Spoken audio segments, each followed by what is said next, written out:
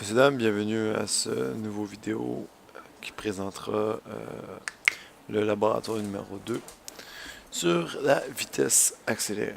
Un laboratoire qui ressemble beaucoup au premier, mais qui a sa particularité évidente d'avoir une vitesse accélérée non pas constante.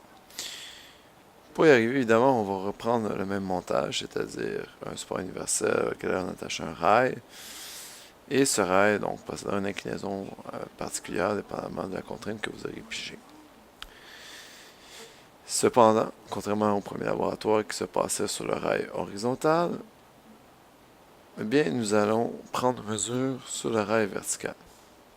Car sur le rail horizontal, ma vitesse était constante, en théorie, alors que sur mon rail incliné, je possède une accélération. Et c'est sur ce même rail que je vais m'intéresser. En fait, pour en être capable d'en déterminer l'accélération de la descente de mon rail, je vais devoir procéder de la même façon. En y installant une bille que je vais faire rouler. Cependant, je vais m'intéresser seulement à la section inclinée. Et lors de sa descente, je vais noter, selon les différentes positions S1, S2, S3, S4, S5, S7, le temps qui sera nécessaire pour franchir chacune de ces positions-là. Une fois que j'aurai obtenu le temps consacré à chacune de ces positions-là, je vais venir tracer un graphique position-temps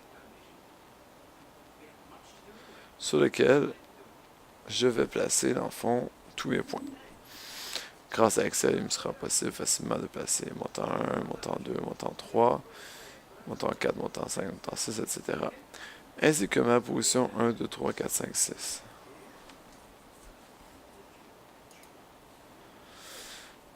Une fois évidemment que j'ai déterminé la valeur de mes points, je devrais obtenir une courbe qui sera plus ou moins inclinée dépendamment de l'inclinaison en tant que telle de mon rail. Donc, grâce à Excel, je pourrai tracer ma droite, une droite qui sera évidemment courbée du deuxième degré. C'est à partir de cette droite-là que je vais pouvoir me permettre de trouver mes toutes petites tangentes. Lors d'une vitesse constante, on pouvait trouver une seule tangente qui regroupait l'ensemble et qui donnait une vitesse moyenne.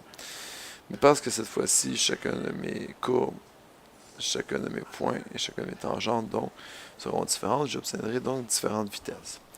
Je vous invite à consulter la vidéo qui suit la présentation de celui-ci, qui vous explique avec précision comment déterminer les valeurs de tangente via le shell Excel. Alors ça, on remarque, donc, dans la séquence verte, donc ma petite tangente sur mon petit intervalle, a évidemment une inclinaison plus faible que celle en bleu. Ma verte va me donner une vitesse V2, dans ce cas-ci, plus petite, que ma vitesse V5, beaucoup plus grande, car plus inclinée. Mon objectif, évidemment, est d'avoir le maximum de points, et ces points correspondront à différentes vitesses, que je vais par la suite rapporter dans un graphique vitesse-temps. Et cette courbe vitesse-temps me donnera une équation du premier degré. Alors, à peu près, j'obtiendrai ce genre de points.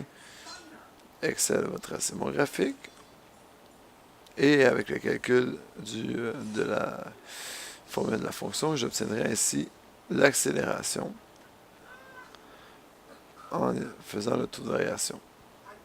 Et grâce à Excel, je l'obtiendrai directement.